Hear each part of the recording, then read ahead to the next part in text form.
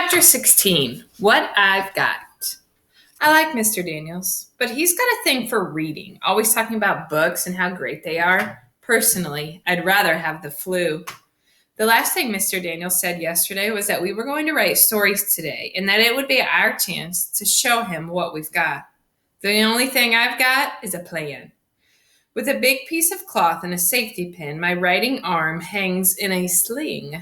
How can he ask me to write like this? I'm feeling pretty proud, I must admit. All I have to do is remember not to move it. I wish it really did hurt. It'd be easier. He sees me when I walk in, and it isn't long before he comes over to ask me what has happened. I have practiced the story all the way to school about how I tripped over my cat on the stairs and fell. You have a cat? He asks. Yeah. He nods. Then he glances down at my sling. Is it a new cat? No, we've had the cat forever, a regular member of the family, I say, feeling like I'm starring in a commercial for something I'd never eat in a million years. He has a weird look on his face when he asks, What's its name? Whose name? Your cat? I panic. Pork chop pops out of my mouth. He laughs. Pork chop the cat, huh? I bet the dogs in the neighborhood like that. I'm nervous and embarrassed, wondering why I have to be so weird, wondering why I now have to watch the mind movement in my head of a furry meowing pork chop with a tail. But when the rest of the class sits down to do their writing assignments, he says I can read a book. I stare at the letters and watch them dance and move on the bright white page. My eyes ache and my head hurts. Mr. Daniel watches me, so I look down at the page and remember to turn it every once in a while. With my eyes closed, I watch bright movies of me flying, one of my favorite movies. In this one, I'm flying just above the water, my stomach almost touching it, racing toward a castle filled with blue light. I open my eyes a bit to watch the others write. I look at the page again. I even try to read some, I really do. But I can't help wondering why Mr. Daniels keeps looking over at me. Chapter 17, Misfit Lunch. I watch Albert sit at his desk and stare at the pages of a book. I know he's not reading. His eyes don't move at all. I see he has a new bruise on his jaw and decide I'll go over and talk to him. Hey, I say. He looks up. Then something comes out of my mouth that I don't expect. Do you want to sit with Keisha and me at lunch? Why? Well, you sit alone and we sit alone, but together, too. So I thought we could all sit alone together. That isn't a logical conclusion. Clearly, if we are all together... Yeah, I interrupt. I know, it was a joke. So you want to? Well, I suppose so. I guess I've got to eat somewhere, he says. Albert leans his chair back as he shakes his empty carton of chocolate milk to let the drops fall onto his tongue. I wonder who decided that a half pint of milk was enough. Why don't you just buy two? He pushes his chair down and stares. Can't you just ask your mom for extra money in the morning? I say, readjusting my fake slang. This thing is a pain. I don't have to ask for money. It's kind of prepaid. And then I realize all at once, of course, how stupid can I possibly be?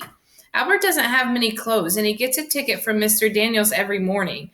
I guess I never thought about it before. He must get one of the free lunches. I hope I didn't upset him. So I say, I'm sorry. About what? Well, you know, that you get a free lunch. He shrugs. There are worse things than a free lunch, I mean. Yeah, I guess.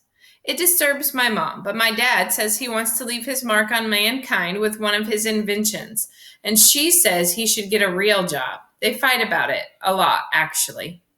I'm really surprised he told me that, and I decided never tell another soul about it. Hey, says Keisha, sitting down. Hey, I say, and Albert nods. So, Albert, Keisha says, I watch Star Trek because you are always spouting off about it. The special effects are not that special. Kind of pathetic, actually, like a first-grade puppet show. Albert looks horrified. Keisha laughs as she unwraps her sandwich. Yeah, I knew that would get you. Shay's voice arrives before she does. Look, Jessica, she says as they walk by. It's the island of misfit toys. Yeah, Jessica says. It's like a six-legged freak. Shay laughs, and Jessica looks proud of herself. Those girls are like walking pricker bushes, Keisha says, taking a bite of her sandwich. Don't let them bother me. Don't let them bother you. They don't bother me, Albert says. It doesn't bother you at all that she calls us misfit toys, I ask. It doesn't bother me, Keisha says. That girl can flap her gums about me until the sun rises and sets again. I really don't care. I wish I didn't care, and I wish I wasn't jealous of Shay and all that she has. Albert is wide-eyed. But why are the toys all misfits? Square wheels on a train can be fixed easily enough. Albert has his most serious voice turned up too high. And what's wrong with the doll anyway? Why is it a misfit? It seems to adhere to the standards of a typical doll. Wow, he is in full professor mode. The Charlie in the box, he continues, is just like a Jack in the box in every way but his name. Something is not a misfit simply because it has a different name. That isn't true, I blurt out. He looks shocked. I suppose he isn't used to being corrected. He holds up his milk carton. Suppose I say this is orange juice. Doesn't change what is inside. That's different, I say, thinking that the milk will feel like orange juice if it's told that enough. It is the same principle. I think of words like dumb and baby and think how wrong Albert really is. What about the cowboy? Keisha asks. He writes an ostrich instead of a horse. That has got to make him a misfit.